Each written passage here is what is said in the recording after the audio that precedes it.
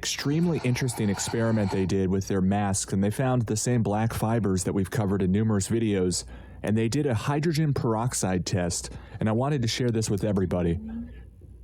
So this person did a great job experimenting on these fibers in a series of experiments. The first one was just hot breath, breathing onto the fiber. Now I'm gonna blow. Then they did another experiment where they applied a strong wind, but not a breath, so there wasn't as much moisture and heat, just wind. So the result of the breathing test was you saw a lot of movement, but on the wind test, you don't. So why does it move when you breathe on it lightly, but when you apply strong wind, it does not move? Then the next test is perhaps the most interesting. She soaks a Q-tip in hydrogen peroxide, and the fiber just has a life of its own at that point. When the hydrogen peroxide is brought in close proximity, it looks like it tries to duck away and move.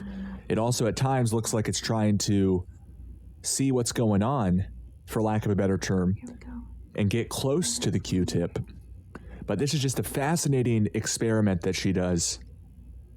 Oh my gosh, what in the world is it doing? What? Is it reaching for it?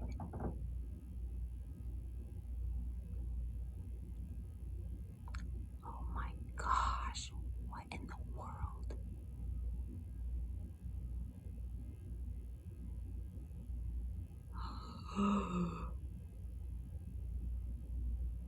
What is happening? The amount of movement that the hydrogen peroxide causes is amazing. And also interestingly is she does another breath test after the hydrogen peroxide experiment. And it seems like perhaps the hydrogen peroxide dehabilitated this thread and it no longer moves as much. Now there could be some other explanations to all of these observations, but it's very, very peculiar. And I've watched this tape a couple times. I've zoomed way in for you here. And it's amazing to see how this thing moves, how it stands up, how it seems to interact with the Q-tip. What the hell is this thing?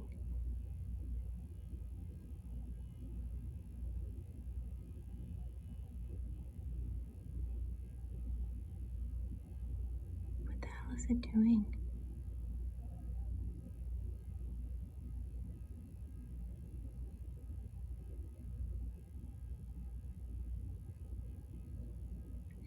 Drop on it. At this point in the video, she soaks the thread, or she tries to at first, and the thread seems to jump out, but she manages to completely submerge it.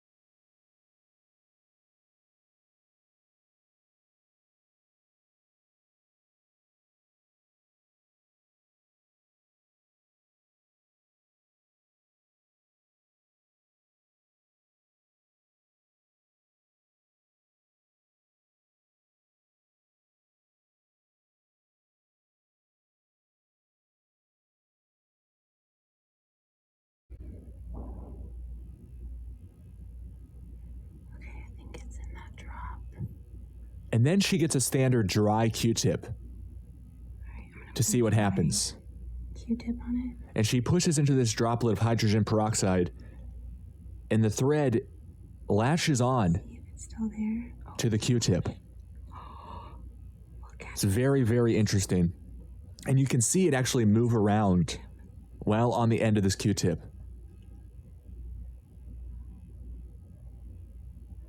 And then she tries to brush it off back to the mask, and she's successful in doing that, although it stands up,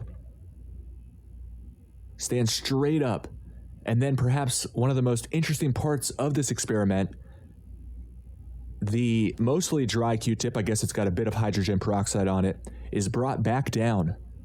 And you can see this recently submerged in hydrogen peroxide thread here standing up like it has a life of its own. And it sometimes avoids the Q-tip, sometimes it reaches out and lunges for it. Eyes? Like, why? Almost like it sees it as a threat or something, I'm not sure.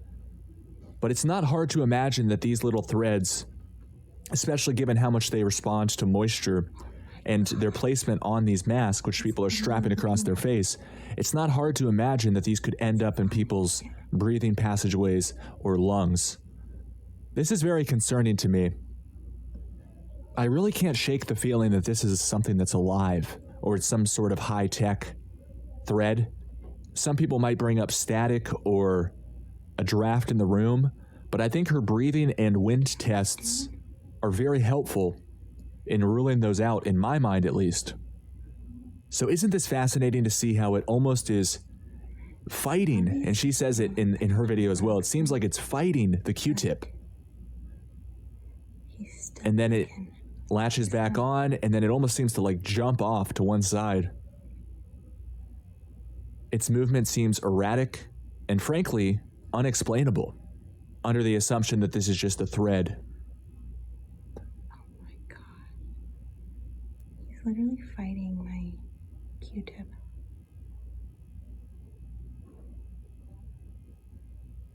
She tries to scrape it off of the Q-tip, but it seems to be latched on.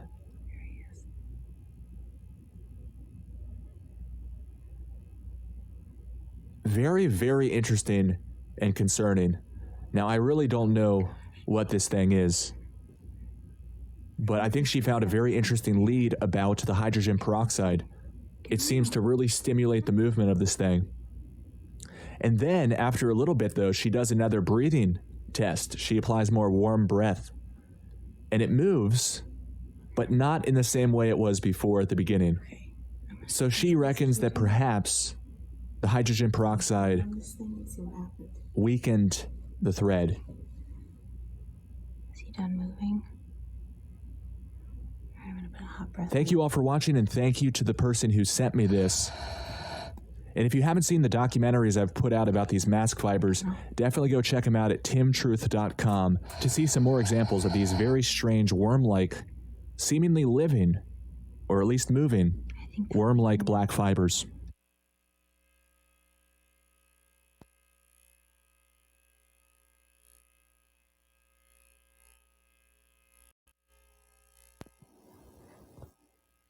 Strike a balance between letting it be known that there are certain legal issues that affect the public. The public may not be fully aware of them. And I also have some legal responsibilities. But paramount to all, in the end, the issue here is the right of the public to know and to have access to all information.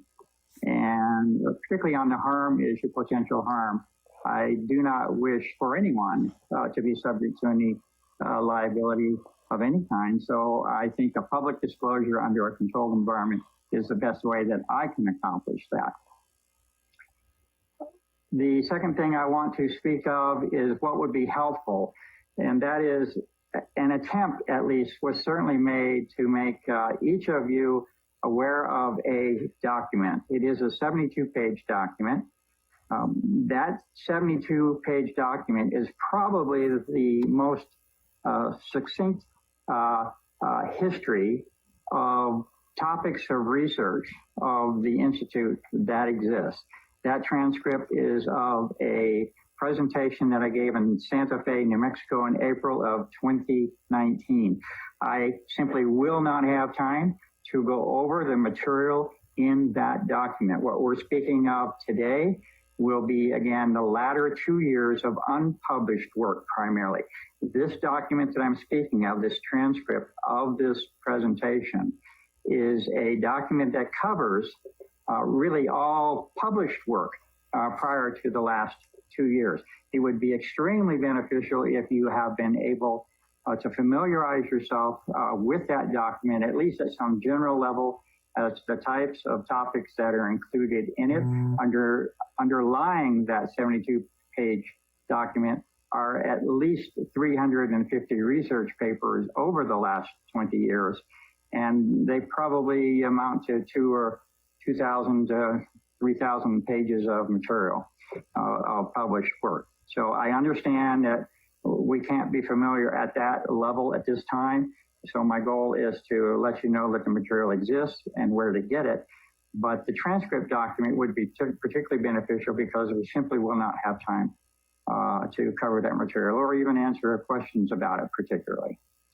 And with that, that's really all that I would like to speak of right now. And then we will go into the actual information, which will be very specific, and I will do my best to be as brief and concise as possible. I'd like to continue by getting into some of the information of concern in this presentation. But before I do so, I would like to sort of set the stage as to what has transpired in the past